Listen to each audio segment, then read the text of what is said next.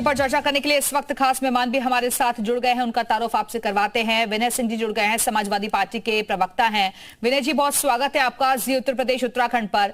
आप लोग कहते हैं कि गरीबों के आशियाने छीने जा रहे हैं राज्य सरकार की तरफ से, लेकिन ये तो अब चाबी सौंपने की तैयारी है। आशियाना बन के तैयार है और ये एक्शन बुलडोजर का हुआ है, इसे अपडेटेड वर्जन ही बताया जा रहा है। देखिए, भारतीय जनता पार्टी चाहे अतीक हो, चाहे शाइस्ता प्रवीण हो, चाहे कोई हो, इनके रिश्ते भारतीय जनता पार्टी से सबको मालूम है कि रहे हैं और हैं भी। जब जैसा कि अभी भारतीय जनता पार्टी के एक मंत्री के ऊपर तथाकथित आरोप अभी लगाया गया, लेकिन मंत्री जी ने उस आरोप को पूर्ण रूप से खारिज नहीं किया है।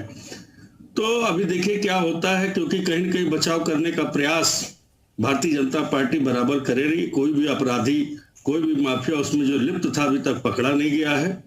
भारतीय जनता पार्टी जो कहती है करती कितना है, और मिलता आशियाना मिलता तो अच्छी बात है, हम इसका स्वागत करते हैं। लेकिन इस तरीके से जिस तरीके का संबंध रहा है, जो माफिया की पत्नी ने कहा 5 करोड़ रुपया तथाकथित मंत्री जो नहीं, आरोप तो ये लगता है समाजवादी पार्टी की सब कुछ देन है, संरक्षण तो आपकी पार्टी में ही मिला।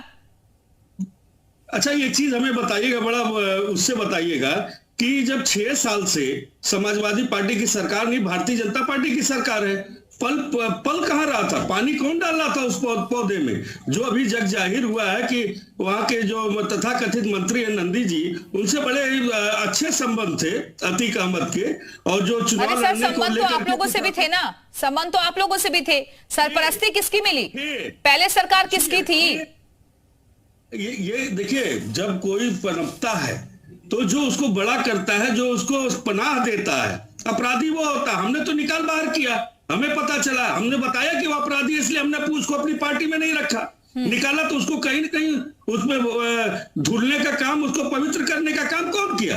ये भारतीय जनता पार्टी लगातार कर रही थी, उनके मंत्री कर रहे थे। और ये कहते हैं कि सरकार आपकी है, आपके ही सरकार में इस तरह का वारदात होता है, आपके ही जेलों में जो है खुफिया तंत्र जो है नाकाम रहती है, सारे षड्यंत्र रचे जाते हैं। सब कुछ भारतीय जनता पार्टी के सरकार में भारतीय जनता पार्टी के मंत्री का नाम आया, उसके बाद आप कैसे कह सकते हैं? सीधा जग जाहिर है, ये भारतीय जनता पार्टी की करतूत है। विनय सिंह जी, लेकिन आप लोग ही तो कहते थे ना कि बुलडोजर एक्शन हो रहा है हर तरफ, लेकिन सरकार ने जो कहा था वो किया भी तो जा रहा है ना। अब गरीबों को आशियाना मिलेगा। कहाँ किया जा रहा है, आप ये बताइए। ये तस्वीरें आप देख रहे हैं ना, प्रयागराज की दिखा रहे हैं, ये फ्लैट बनकर तैयार हो चुके हैं।